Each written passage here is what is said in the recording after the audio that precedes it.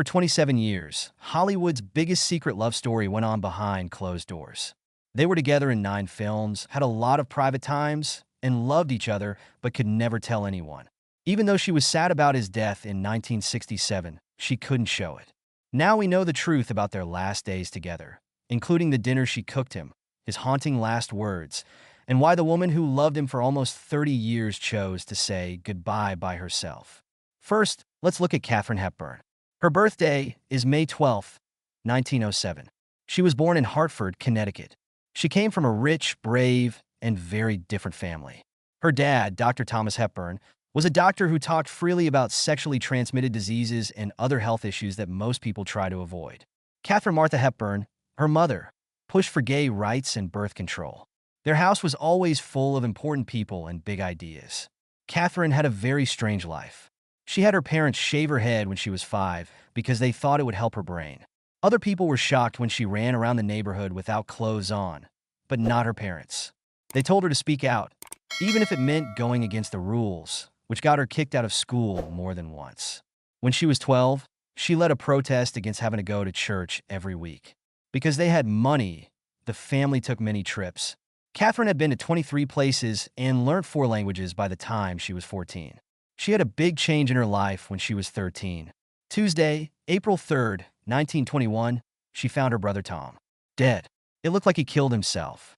Catherine was very hurt by his death, and she used to lie about her real birthday being November 8th to make it seem like it was his birthday. They talked freely about her mental health, which was very rare back then, even though they were sad. Catherine said that being honest helped her deal with the stresses of life later on. Katie loved playing since she was a child. She wrote and put on a play in her family's barn when she was 9 years old. She dressed up herself and even added a scary fall at the end of the show. 50 kids came to watch and paid a nickel each. They landed in a pile of hay. She began the Barnstormers, a theater group at Bryn Mawr School, when she was 16 years old. She played the lead role in their first show, Hamlet, and did part of it while upside down. People really liked it. Later, the group put on some brave shows like one about workers' rights, which got the whole cast suspended. She didn't stop, though. So she could get into New York theater, she took the play to local union rooms and put it on there. It wasn't easy. For one job, she was fired because she lit her co-star's wig on fire by accident. The play The Warrior's Husband, which came out in 1932, was her big break. For the part, she had to jump downstairs while carrying a stag. She trained with a circus strongman to get ready. At her tryout, she did a somersault at the end, which made everyone swoon. People loved her energy and confidence, and the play was a hit. She broke her nose when a spear hit her in the face during a show. The crowd cheered as she put it back on stage and kept going. RKO Pictures saw how well she did and hired her. They asked her to try out for the part of her in the movie A Bill of Divorcement. The first test was terrible. She broke some lights, tore her dress, and hit the lead actor so hard that he cut his nose. She thought her chance was over, but director George Cukor saw what she could do. The company agreed to give her another chance because of him. Catherine was ready this time. She not only played her part, but also all the other parts, even the ones played by men. Everyone was shocked. September 1932. Catherine claimed to do her own moves even though she was paid $1,500 a week. That she even rewrote some of her lines made her act stand out, but it made her co-stars mad. People really liked her in the movie that came out on September 30th, 1932. The New York Times said she was an actor with a lot of heart and understanding. Soon after that, RKO gave her a long-term deal, and Katharine Hepburn's amazing career in Hollywood started.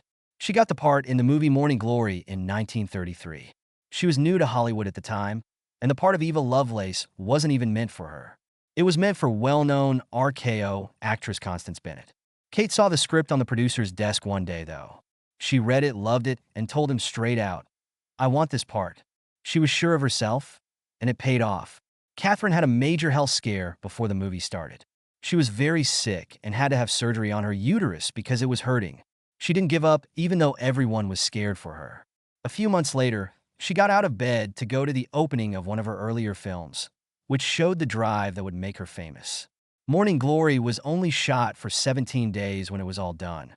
The director let her act in the right order from start to finish. That helped her make the character real. Catherine gave a great show. The award for Best Actress came to her in 1934, just 2 years after she began working in films. In the end, she became interested in ceremonies, but she didn't go to this one. At that point, this was the fastest prize an actor had ever won. Things didn't stay easy, though. Kate's career took a turn for the worse after her big win. She was in a number of bad films from 1934 to 1938. The 1938 movie Bringing Up Baby is now considered a classic, but it lost a lot of money when it first came out. Some pictures, like Stage Door and Holiday, were well made but didn't do well at the box office. Things got so bad that in 1938, a public ad from a group of theater owners called her box office poison. This made her feel very bad about herself. The way Katharine was made the situation worse. She didn't act like most Hollywood stars do. She didn't put on makeup, wore trousers most of the time instead of dresses, and didn't lie to the press. At one point, she even threw a photographer's gear into a river. People thought she was too independent and set in her ways. That made her less well known. RKO broke her contract, and at 31 years old, it looked like the end of her career. Katharine didn't give up, though. She did something brave. With the money she had saved, she paid off her debt and took charge of her future. In 1939, she made a comeback with a play called The Philadelphia Story. Philip Barry wrote it especially for her, and it was a huge hit on Broadway. She thought this was her chance to go back to Hollywood. She got the rights to make a movie from the play with Hughes's help. Then she did something smart with MGM. She gave him the rights, but there were some rules. She had to play the lead role in the movie. She picked the director and the other actors. MGM agreed, and Katharine chose George Cukor to direct the movie. Cary Grant and James Stewart were cast as her co-stars. The movie was a huge hit when it came out in 1940. It brought in a lot of money and got Katharine another Oscar nod. Her work changed a lot because of this movie. She went from not doing well at the box office to becoming one of Hollywood's biggest stars. Her comeback showed how strong she was and how smart she was to take charge of her work. Spencer Tracy, on the other hand, was born in Milwaukee, Wisconsin, on April 5, 1900. John Edward Tracy was his dad, and Caroline Brown was his mom. Caroline Brown had become a Christian Scientist. Spencer was a kid who was always on the run. He didn't like school and always got into trouble, which made everyone else mad. He went to live with Dominican nuns when he was 9 years old, so they could help him calm down. After that, Spencer made fun of the fact that the only reason he stayed in school was to learn how to read movie text. Spencer's family moved around a lot in Milwaukee because his dad drank too much. Spencer liked films, even though life wasn't always easy. He would go to the theater and watch films over and over again, learning scenes by heart so he could act them out for his friends. He found solace in films, which led to a love that would later shape his whole life. He still had a bad time at school, though. At least 6 times he changed schools. For a short time, he went to school in Kansas City, where his family lived for a few months. He had trouble with schoolwork no matter where he went. He was 18 years old when World War I was still going on. Spencer and his friend Pat O'Brien both joined the Navy, but Spencer never got to fight in a war. He served his time at a Navy yard in Virginia and got out of the service in 1919. His dad pushed him to finish school after he got out of the Navy. Spencer finally went to Ripon College in Wisconsin to make plans to become a doctor. But after he was in a college play, everything changed. Spencer thought he knew what he was supposed to do for the first time. In his past life, Spencer did a lot of different jobs. He worked in hotels as a porter and a caretaker, cleaning bathrooms and sweeping floors. He even worked as a magician and put on small shows for people in the area. They were fancy, but Spencer learned a lot about regular people from them. After that, this knowledge made his playing seem real and like it was based on real events. Spencer's big break came on Broadway in 1930. In a play called The Last Mile, he played a man on death row. A well-known director, John Ford, saw the act and hired him for the movie Up the River. This is where Spencer began. Los Angeles. He worked for Fox for 5 years and made 25 films, but none of them made him famous.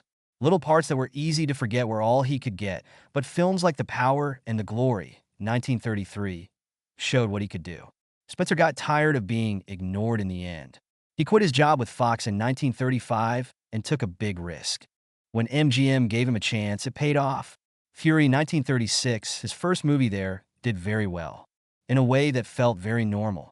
His job went from good to great after that. Spencer was the first actor in history to win 2 Oscars in a row. The first was in Captain's Courageous, 1937, where he played a kind-hearted fisherman. The second was Boys Town, 1938, in which he played a kind priest. People loved these parts because they showed how flexible he was. Spencer was a folk hero by the 1950s. He kept taking on tough parts like the father in 1950's Father of the Bride and the tough sheriff in 1955's Bad Day at Black Rock. A whole new breed of actors were influenced by his natural, subtle acting style. But Tracy's life had many good and bad times. He married Louise Treadwell on September 12, 1923, after meeting her in a theater group. They fell in love quickly and got married quickly in between two shows. John came into the world on June 26, 1924. They were thrilled at first, but their joy didn't last long. Louise saw something strange when John was 10 months old. He didn't move when there were loud sounds, like when a door slammed next to his cot. They found out he couldn't hear at all. The couple was heartbroken by this news. Louise chose to help John in any way she could, even though it broke her heart. She learned about schooling for the deaf and worked hard to help him. Spencer, on the other hand, had a hard time. They didn't get along with John, and his guilt made him drink even more. Years later, they found out that John was deaf because of a genetic disorder called Usher syndrome, which also made it hard to see.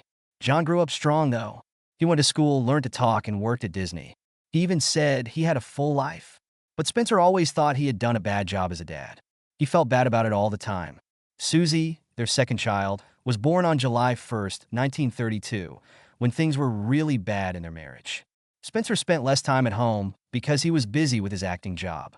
He and Louise were no longer together at that point. They briefly got back together in 1935, but their marriage never got better. Spencer stayed in hotels or rented homes, but Louise stayed with her family. They never got a divorce, though. Spencer couldn't think about it because he was a Catholic. Also, Louise stayed true to them even after they broke up. Spencer helped Louise help other deaf kids even when they weren't together. She opened the John Tracy Clinic in 1942 to help families like theirs. Spencer helped the center with money and often told her how great her work was. He left everything he owned to Louise, their two children, and his brother when he died in 1967. It showed how much he cared about his family, even though they were no longer together. Spencer had a long fight with drinking too. He drank a lot and often went on long binges. He would stay in hotel rooms with whiskey for days at a time. He would sometimes stay in the bathroom and drink all the time. His drinking made it hard for him to do his job and made him angry. In 1934, he went missing during a movie shoot and wasn't seen for 2 weeks. His sadness made things worse because he was playing the part and was sued. His son, his wife, and his faith all made him feel terrible guilt. He didn't get much sleep and used dangerous drugs to get through the day. She met Spencer Tracy for the first time on the set of Woman of the Year at MGM Studios in September 1941. They ended up dating for 26 years and working together in Hollywood for a long time. Hepburn was 34 years old, had just gotten separated, and was known for being sure of herself and having a unique style that always included trousers and loafers. Tracy was already a star at MGM when she was 41 years old. Even though he was married and unhappy, she joked, "I'm afraid I'm a bit tall for you, Mr. Tracy," when they first met. Producer Joseph L. Mankiewicz quickly told Kate, "Don't worry, he'll cut you down to size." This jokey conversation gave us a taste of how they interact in real life and in their movies. Hepburn was the one who set up this meeting. She had wanted to work with Tracy for a long time and even tried to get him to be in the Philadelphia story a year before that. She got MGM to buy Woman of the Year for $150,000, splitting the cost between herself and the script, as long as she could pick the co-star and director. When that didn't happen, she gave up her plan. But their first meeting wasn't as easy as the story usually makes it sound. Tracy didn't like Hepburn at first because she is moody. He didn't like her language and thought her manner was too stiff. "How can I make a movie with a woman who has dirt under her nails and is all hands?" he asked the director, George Stevens. The first week of filming, they didn't talk to each other much and their friendship was cold. Things changed in the second week, though. They couldn't stay away from each other anymore. They laughed together and called each other Spence and Kate. Later, Hepburn said that she was impressed by Tracy's acting skills and wanted to show how good she was. On the other hand, Tracy liked how straight Hepburn was, but she didn't like how she acted like she was from a higher class. Even though they had mixed feelings, it was clear that they got along on set. The bond they had was strengthened by what director George Stevens said. Hepburn touched Tracy during a scene, which made Tracy mad at one point. He yelled, "Don't touch me unless it's in the script." Hepburn didn't seem to mind, so she started brushing against him on purpose in every take. This gave their scene a playful energy. By the third week of shooting, everyone could see how close they were. After work, they stayed together for a long time. After work, I would often stay in Tracy's car until late at night. People looked at Tracy funny because she was still married. In early October, his wife Louise Tracy came to visit the set, which made things awkward. Hepburn stayed in her changing room that day and didn't talk to her at all. Their work together on screen became famous. They worked together on 9 films over 25 years, from 1942's Woman of the Year to 1967's Guess Who's Coming to Dinner. A few days before Tracy died, their films were very different from one another, ranging from romantic comedies to tragedies. Most of their films were made at MGM, but Desk Set and Guess Who's Coming to Dinner were made at other companies. This change showed that MGM wasn't as popular as they used to be, and that their appeal went beyond just one company. Adam's Rib, 1949, and Pat and Mike, 1952, are 2 of their most famous films. In Adam's Rib, they played married lawyers on different sides of a court case, which was a funny but serious way to talk about gender equality.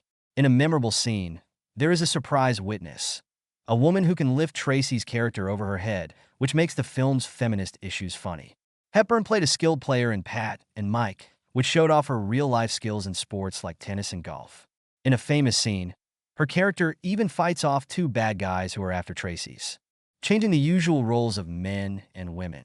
Guess Who's Coming to Dinner, their last movie, was their biggest hit at the box office. At the time, it was a sensitive subject, marriage between people of different races. During an intense scene, Tracy gives a moving speech about love and marriage. Hepburn later said that after Tracy died, she could never watch that scene again because she was so moved by what she saw. Most of the time, both critics and audiences liked their works. Over $2.7 million, which helped Hepburn's career get back on track after a rough patch in the late 1930s. Adam's Rib got great reviews and is still one of their most beloved pictures. Guess Who's Coming to Dinner made over $56 million, making it the most successful movie of 1967. But not every movie they made was a hit. People didn't like 1947's The Sea of Grass. Even the director, Elia Kazan, didn't like it.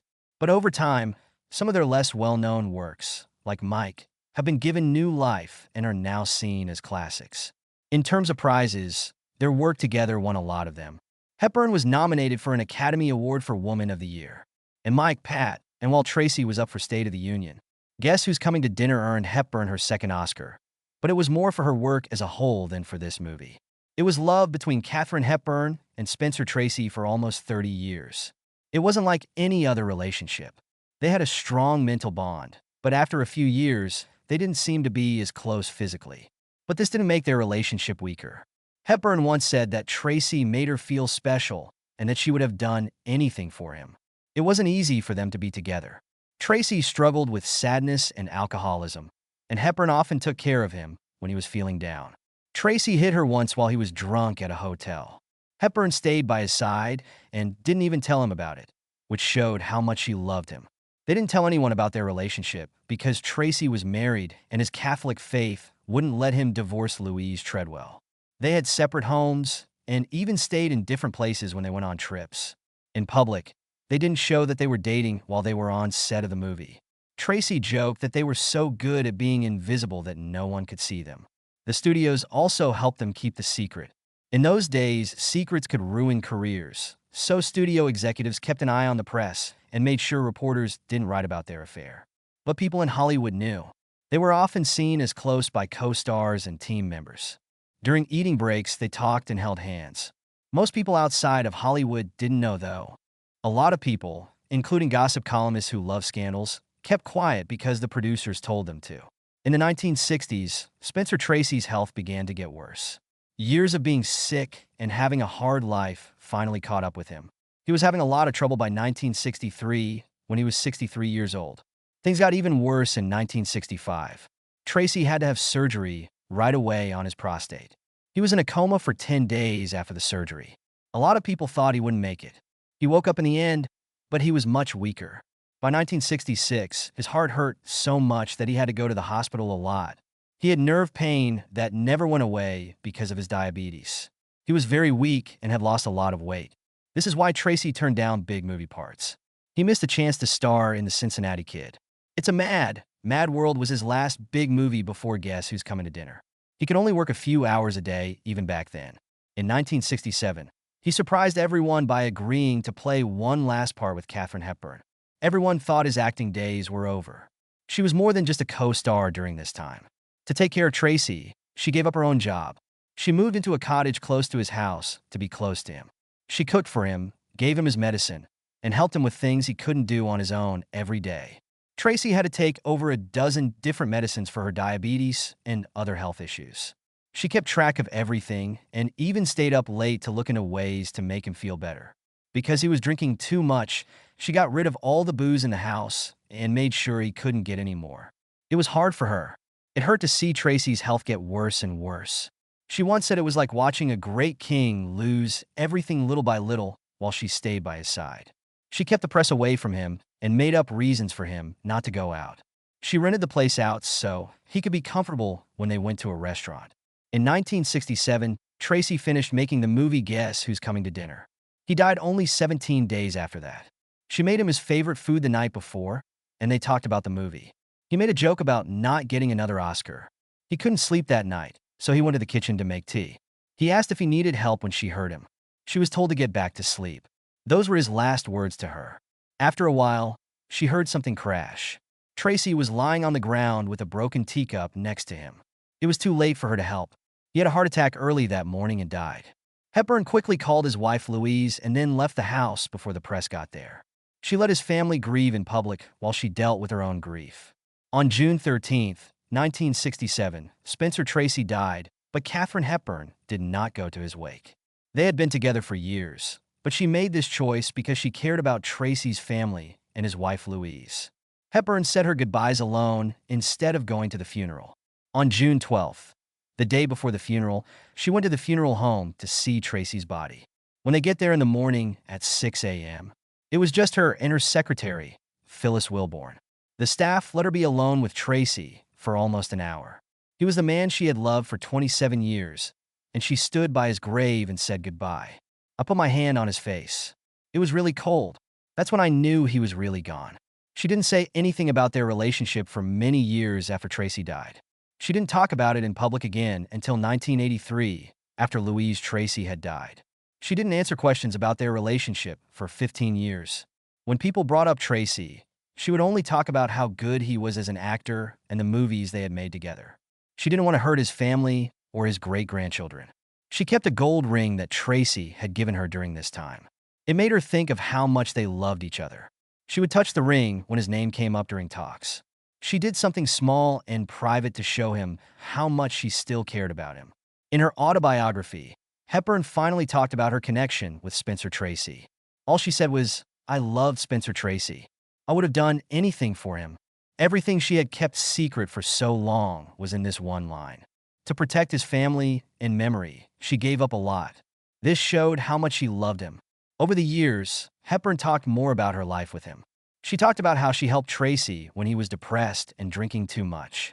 She told him that she often saw him when things were bad and that it was her job to help him. She told him once, "I loved you." He was in need of help. They were very close, but they never lived together full-time. Hepburn thought that living apart gave them both the freedom they needed while still keeping in touch. Hepburn also thought about how Lewis might have been hurt by their bond. As she stated, "I'm not proud that I helped cause pain to another person." This showed that she felt bad about what happened, even though she loved Tracy very much. Also called her Red because of her hair or because they read plays together in the evenings.